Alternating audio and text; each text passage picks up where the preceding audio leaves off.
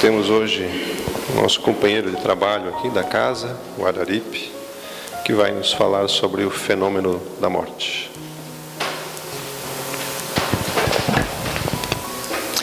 Bom dia a todos. Que Jesus nos abençoe e que esteja conosco. O assunto, o fenômeno da morte, é um assunto bem próprio para se falar num domingo de manhã assim, com esse sol, né? Na verdade, esse assunto, morte, é complicado. Nós não gostamos muito de falar sobre isso, né? E evitamos, de certa forma, comentarmos a respeito desse assunto. Mas, antigamente, era pior ainda. Esse assunto, em algumas regiões, em algumas casas, ele era proibido. A palavra, falar a palavra morte dentro da casa era motivo de punição, realmente, pelo chefe da família.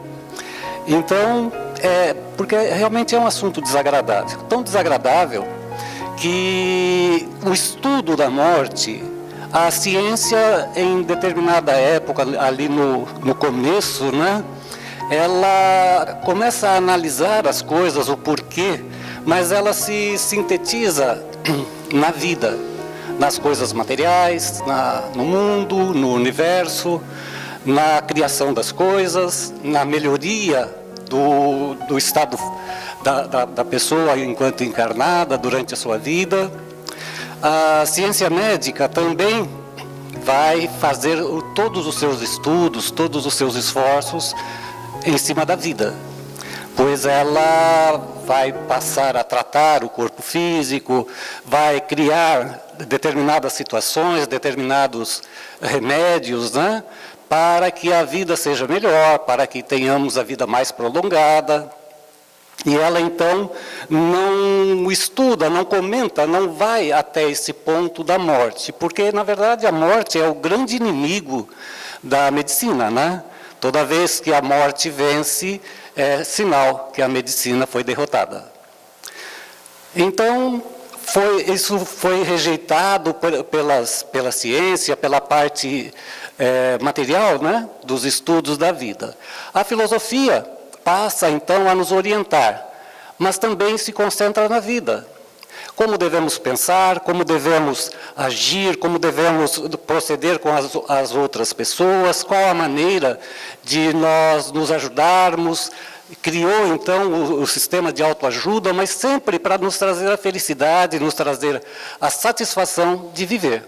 E ela esbarra, então, nas portas do túmulo e não vai adiante, não vai além.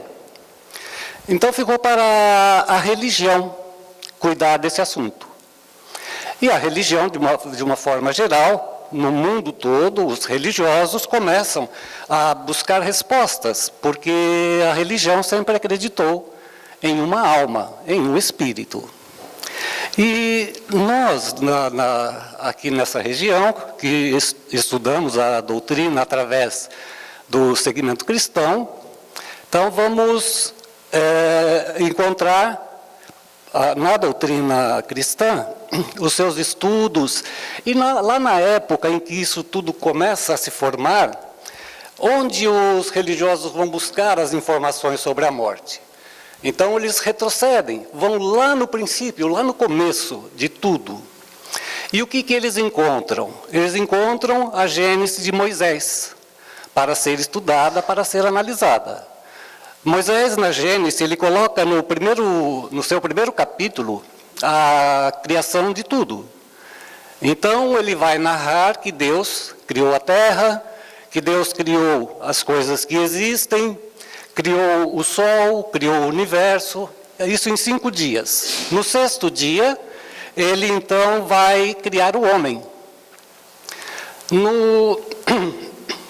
No capítulo 2, então, ele vai, mais especificamente, nos explicar como que o homem foi feito. Então, ele diz ali que Deus retirou o pó e do pó criou o homem, soprou em sua narina, e aquela história toda que nós conhecemos, né?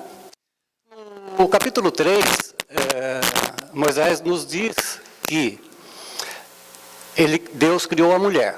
Então, Adão caiu num sono profundo e retira de Adão a costela e a Eva foi criada. Mas no capítulo 4, não, ainda no capítulo 3, ele vai nos falar do pecado, né? Daquele fruto proibido, e então Deus vem e diz a Eva que ela dará a vida com dores, e que Adão ia ter que trabalhar para se sustentar, e com o suor do rosto ele seria alimentado, essa história também todos nós conhecemos, né? Só que ele disse um pouco mais, que depois de tudo isso, ele viraria pó. Ele então veio do pó e ao pó retornaria. Então, nesse momento está instituída a morte. Deus então decreta que a partir daquele momento, por causa do pecado de ambos, eles então passariam a morrer. No capítulo 4 da Gênesis, é quando ele nos fala dos filhos de Eva. Porque Eva deu à luz a 2 filhos. A Caim primeiro, e o outro mais novo, que era o Abel. Então, um pouquinho mais à frente, ele vai dizer que Deus tinha uma certa preferência por Abel. E que Caim ficou enciumado e matou o Abel. Então, nesse momento, está registrada a primeira morte do nosso planeta. Então, Moisés ali descreve assim a primeira morte. E como que foi a primeira morte? Ela foi prematura. Porque Abel era muito jovem, estava na sua tenra idade. Segundo ponto, o primeiro homicídio. E o outro ponto é que Abel, então, passa a ser a figura, né, que vai nos exemplificar o homicídio, vai nos exemplificar os ciúmes e vai nos exemplificar a primeira morte. Alguma coisa bem parecida com aquilo que é a nossa vida. Porque a gente costuma dizer quando alguém morre, porque Deus quis. Não é bem assim, que às vezes não é Deus que quis, mas as circunstâncias que levam àquele ponto. Porque ele tinha que morrer jovem, sendo ele o primeiro, porque não foi uma morte natural, né? Então são esses questionamentos que nós vamos encontrar lá no princípio. E às vezes um pouquinho difícil de compreender, de entender aquilo que Moisés quis nos dizer. Porque ele continua dizendo que Eva continuou a sua vida e teve mais um filho, que deu a ele o nome de Sete. E nos fala que Caim foi expulso daquele lugar onde ele vivia, foi mandado para outras terras, foi colocado nele um sinal, alguma coisa assim. Fala que Adão continuou até 100 e alguns anos, durante toda a sua vida, e que ele teve que trabalhar realmente, teve que se sustentar, e que ele teve também que dar nome a tudo que existe, né? Então, cada animal, cada coisa, cada tipo de planta, tudo Adão teve que fazer. Ele trabalhou bastante, né? Agora, de Abel, ninguém fala nada, né? Para onde foi Abel? A Bíblia não registra isso. Ela não nos dá essa informação. Porque quando Deus deu o sopro da vida, Ele deu algo mais do que aquele corpo material. Mas nós não temos notícias sobre o que aconteceu com Abel. Então a religião passa a dar os seus estudos, as suas opiniões a respeito desta situação. E eles então vêm nos explicar, primeiro, que Abel pode ter ido para o céu ou para o inferno. O mais provável é que ele tenha ido para o céu, porque ele era o queridinho de Deus. Mas não nos dá essa certeza. E nós vamos, então, criando determinadas situações, determinados conceitos a respeito do que acontece depois da morte. Deixa eu pegar um pouco d'água aqui, para a garganta.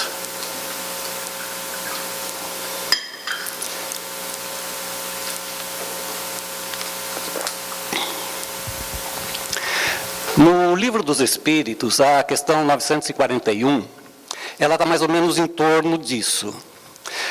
Allan Kardec pergunta aos espíritos por que nós temos tanta preocupação ou temos tanto temor da morte. O que leva o homem a ter esse temor de algo que não é um fenômeno, é natural. Isso acontece desde Abel até os dias de hoje. Todos nós ficamos aqui um determinado tempo, alguns vivemos como Adão, mais de 100 anos, alguns vivem como Eva, fazendo as coisas boas, mas também cometendo pecados. Alguns vivem como o próprio Caim, fazendo as coisas contra a lei de Deus, mas isso desde aquela época nós estamos nascendo e morrendo. E por que ainda não acostumamos com isso? Por que ainda temos esse medo? A primeira resposta que os espíritos dão a essa pergunta é que a sociedade ou a humanidade foi direcionada a pensar em céu e inferno. Então, foi colocado na nossa mente, nos nossos hábitos, nos nossos costumes, que nós iremos ou para o céu ou para o inferno. Agora, nos conhecendo, nós sabemos que o nosso futuro está mais para ir para o inferno do que para ir para o céu. Então, essa dúvida e quase uma certeza de que vamos para o inferno é que faz com que a gente, então, tenha essa desconfiança, esse temor, né? E essa incompreensão da morte. Então, o Espiritismo trouxe para si a responsabilidade de esclarecer, de nos dizer alguma coisa além da morte.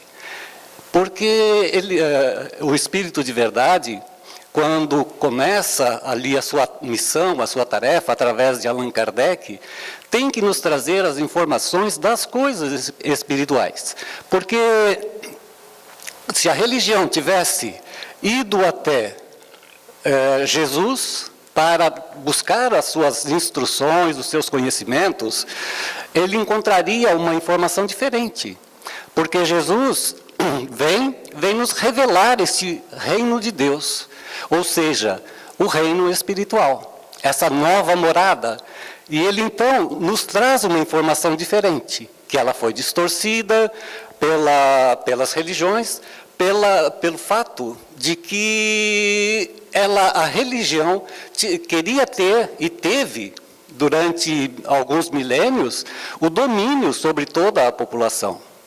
A gente estudando história ali do Egito, da China, daquela parte de Israel mesmo, então nós vemos a religião sendo utilizada como um instrumento de domínio, de dominação mesmo daquelas pessoas. E não foi diferente depois que Jesus veio. Eles, então, utilizaram o conhecimento que tinham para o domínio de todos nós. Então, nós vamos ver as cruzadas, as inquisições, tudo uma imposição de uma informação distorcida, de uma informação errada, que eles trazem de Jesus. Mas ao Espiritismo, então, coube trazer esse esclarecimento, trazer essa informação. E Allan Kardec vai nos desmistificar esse fato, né, de estarmos no céu ou de estarmos na terra. Então, no Livro dos Espíritos, ele trata de uma forma mais a miúde do assunto da morte. E ali ele obtém a resposta de que a morte não existe. É uma simples passagem, nós estamos aqui na Terra e vamos, num determinado momento, voltar à nossa pátria original, né? E depois que ele faz, então, o Livro dos Espíritos, ele vai criar um livro que é o Céu e o Inferno. Veja que ele utiliza esse nome, né, para destaque do livro, e o livro traz como subtítulo a Justiça Divina segundo o Espiritismo. Então, neste livro, na primeira parte, ele vai nos trazer as informações das coisas espirituais. Então, vai nos dizer como é, para onde nós vamos, de que maneira nós vamos nos comportar lá.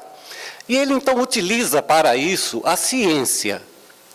Ele vai buscar, no lado científico, o que é que acontece quando nós vamos para o lado de lá. E, então, como que ele vai fazer? Ele vai fazer através de pesquisas. E essas pesquisas são feitas através de médiuns. Então, ele vai nos trazer essa informação direta daquela pessoa que desencarnou e hoje, no mundo espiritual, através do médium, retorna para nos dizer como foi. Eu até vou ler aqui para não me perder.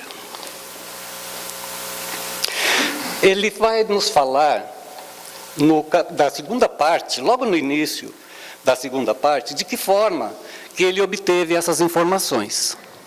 Então, ele fazia uma evocação, chamava um determinado espírito, que ele já sabia por quê, que ele já conhecia, que tinha mais ou menos um histórico daquele espírito. E perguntava a ele, como foi? Como é que você está? O que você está fazendo? E uma pergunta bem direta mesmo, uma conversa, uma entrevista que ele fazia aos espíritos. A primeira história, a primeira entrevista que ele coloca é de Samson. Samson era um amigo dele, que também participava das reuniões espíritas, e Samson ficou doente durante 1 ano antes de desencarnar. Então ele sempre falava para Allan Kardec, para as outras pessoas que o visitavam, que quando ele morresse, ele queria que fosse evocado imediatamente para ele trazer a informação de uma forma mais clara e na hora, né? E então isso aconteceu. Ele até deixa uma carta depois fazendo um pedido: quando eu desencarnar, quero que vocês me evoquem para que eu possa relatar e tal.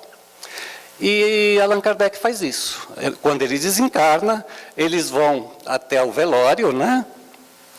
E ali no velório mesmo, eles vão para uma sala ao lado e evocam o espírito de Samson, e ele então conta como que foi.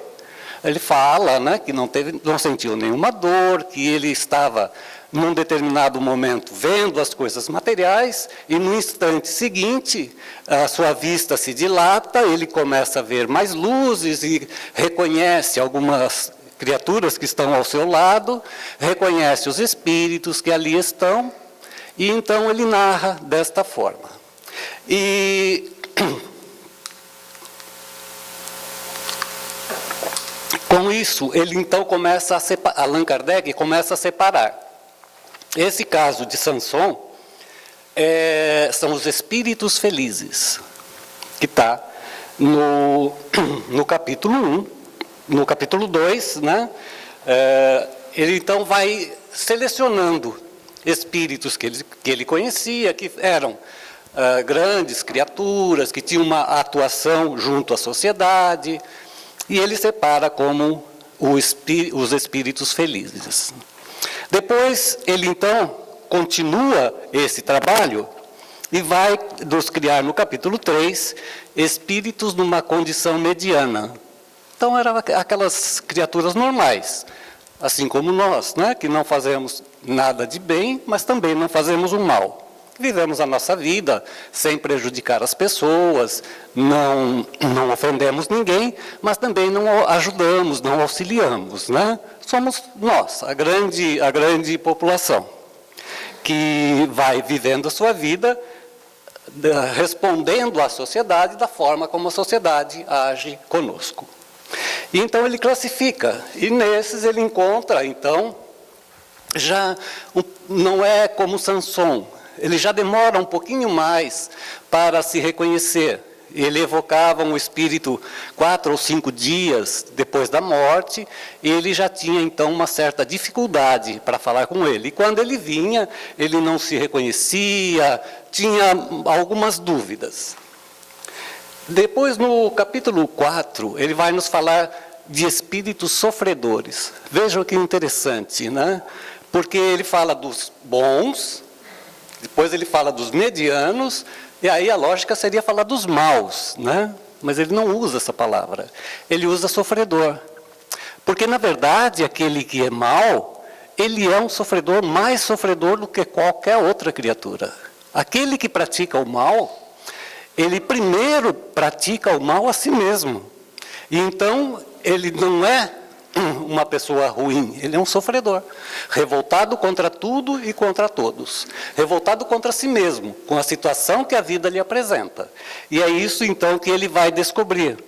E esses espíritos sofredores trazem um agravante a mais, porque pela vida que levaram, eles, agindo dentro da matéria, trazem para si não apenas o desequilíbrio que vai lhe trazer um tempo bem maior para se despertar, para se reconhecer, mas eles vão sofrer a influência do meio que eles criaram. Então, o espírito sofredor, ou o espírito mau, como nós queremos traduzir para nós, para o nosso entendimento, ele vai, então, ser cerceado, ser acompanhado por aqueles que lhe são afins, que também são maus, que também não gostam dele, e são esses os espíritos que vão recebê-lo na espiritualidade. E aí, no capítulo 5, ele vai nos falar dos suicidas. É uma outra classe, é um outro procedimento, é um outro direcionamento para aquele que desencarna através do suicídio. Porque já anteriormente, no livro dos Espíritos, depois no livro dos Médiuns, ele já havia tratado do assunto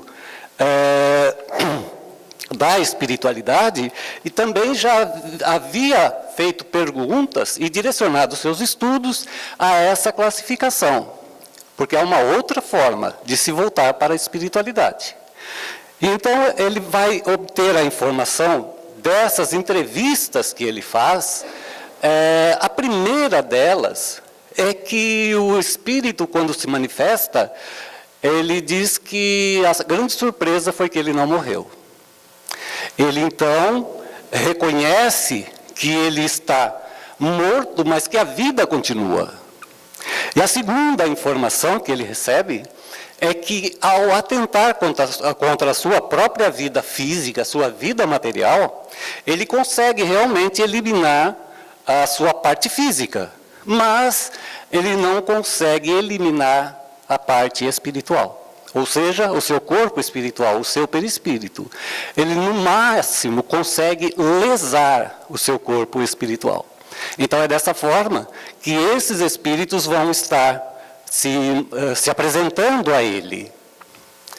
E então ele vai descobrindo que, pelo fato do espírito não morrer, alguma coisa está acontecendo de diferente daquele que morreu naturalmente, independente de ser bom ou de ser mau. Esse que se suicida, ele pode ser bom, pode ser um espírito com muita inteligência, com muita sabedoria, que não resistiu a um determinado sofrimento e então se mata. Pode ser também um espírito mediano, que não entendendo, não compreendendo o porquê da vida, também se mata. Mas pode ser também um espírito ruim, que faz maldades, que comete crimes e que depois se mata. Então, independente deles serem bons, medianos ou sofredores, o tratamento deles já na espiritualidade é um só, é suicida, independente daquilo que ele foi. Então, a primeira reação que ele tem, e a primeira compreensão que ele tem da morte, é esse fato. Ele entrou numa classificação diferente. Diferente por quê? Porque nós, ao encarnarmos, recebemos uma carga fluídica, recebemos uma energia, ou seja, uma determinada característica que nos manterá durante a vida. Aquela vida programada, um pouquinho mais, um pouquinho menos, mas nós temos um determinado tempo para viver. Então, aquele que retira a própria vida, ele vai encontrar na espiritualidade essa matéria, essa energia, que não lhe permite entrar na espiritualidade, porque ele vai ficar nesse meio campo. Ele não é matéria, porque matou o seu corpo físico, mas também não é espírito, porque ele ainda não gastou aquela energia, aquele fluido vital, que ele tem que desgastar para depois ir para a espiritualidade. Então, o que vai determinar como é que vai ser gasto esta energia é aquilo que foi o procedimento dele. Se ele foi um espírito feliz, se ele foi um espírito bom, então há uma maneira dele ser recolhido em determinado lugar, onde ele vai passar esse tempo, passar esse período, até que esse fluido seja extinto.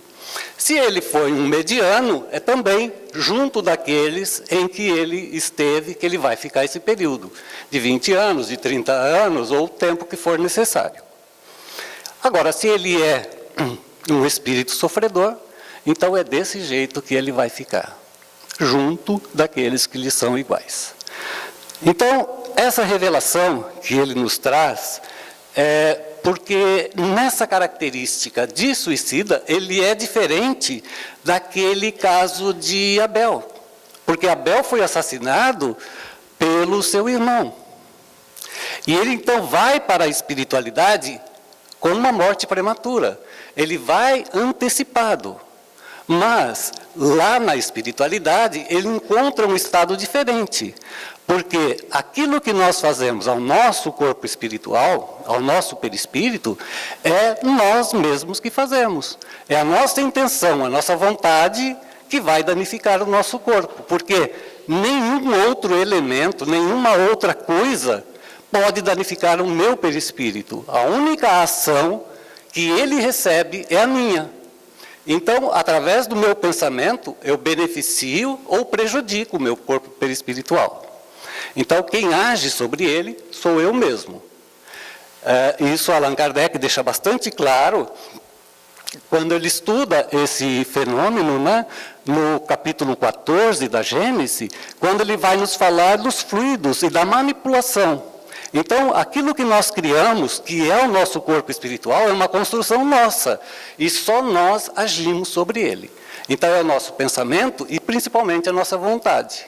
Quando a gente comete o suicídio, é a nossa vontade que vai prejudicar a matéria, mas, através do pensamento, através do desejo, nós danificamos o nosso corpo espiritual.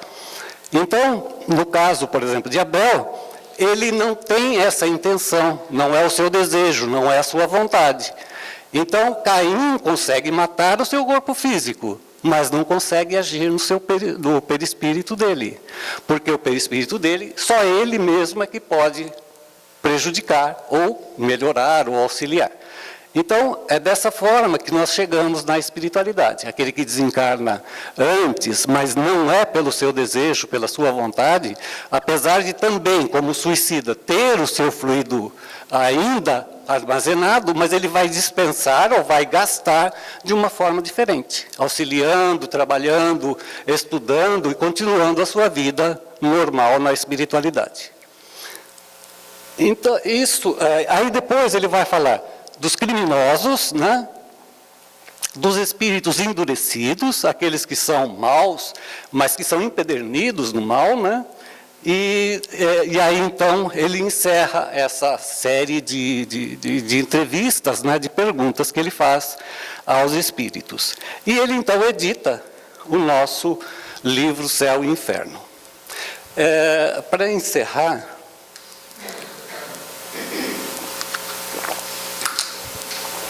eu vou ler aqui, porque depois que Allan Kardec termina, né, as suas 5 obras, que está ali codificada, os grandes pensadores, aqueles homens de gênio da época, eles passaram então a estudar, a analisar. Alguns acompanharam Allan Kardec, outros chegaram um pouquinho depois. É o caso de Leon Denis. Ele passou a ser um estudioso da doutrina espírita, um grande homem de gênio, e ele então pega as informações que Allan Kardec deixou e começa a estudar, a analisar. Ele também era um cientista e, como Allan Kardec, entrevistava os médiuns, conversava com os espíritos através dos médiuns. E nesse caso específico da morte, ele, no livro O Problema do Ser, do Destino e da Dor, ele vai nos relatar o seguinte. Olha como ele, depois de todos os estudos que ele fez, como que ele vê a morte. Ele escreve assim: a morte é uma simples mudança de estado, a destruição de uma forma frágil que já não proporciona à vida as condições necessárias para o seu funcionamento e a sua evolução. Para além da campa, abre-se uma nova fase de existência. O espírito, debaixo da sua forma fluídica, imponderável, prepara-se para novas reencarnações, acha no seu estado mental os frutos da existência que findou. Então, ao terminar a nossa encarnação, se nós temos essa continuidade normal, quando nós despertarmos, será como se tivéssemos acordado de um sono profundo, de um sono mais ou menos prolongado. Nada mudou. Continuamos com os mesmos sentimentos, com as mesmas vontades, com os mesmos amigos, com os mesmos afins. E ele então relata a morte em si, aquele momento da passagem, da seguinte forma: toda morte é um parto, um renascimento. É a manifestação de uma vida até aí latente em nós. Vida indivisível da Terra, que vai reunir-se à vida invisível do espaço. Vida invisível da Terra, que vai reunir-se à vida invisível do espaço. Depois de certo tempo de perturbação, tornamos a encontrar-nos, além do túmulo, na plenitude das nossas faculdades e da nossa consciência, junto dos seres amados que compartilharam as nossas horas tristes ou alegres da nossa existência terrestre. A tumba apenas encerra pó. Elevamos mais alto os nossos pensamentos e as nossas recordações. Se quisermos achar de novo o rastro das almas que nos foram caras na Terra. Então, continuamos, segundo aqui esse estudo de Leon Denis, da mesma forma. Vamos encontrar lá na espiritualidade aqueles que nos foram caros, que nos foram queridos, aqueles que gostávamos deles e que gostaram de nós também. A diferença dessa visão é que nós somos reencarnacionistas.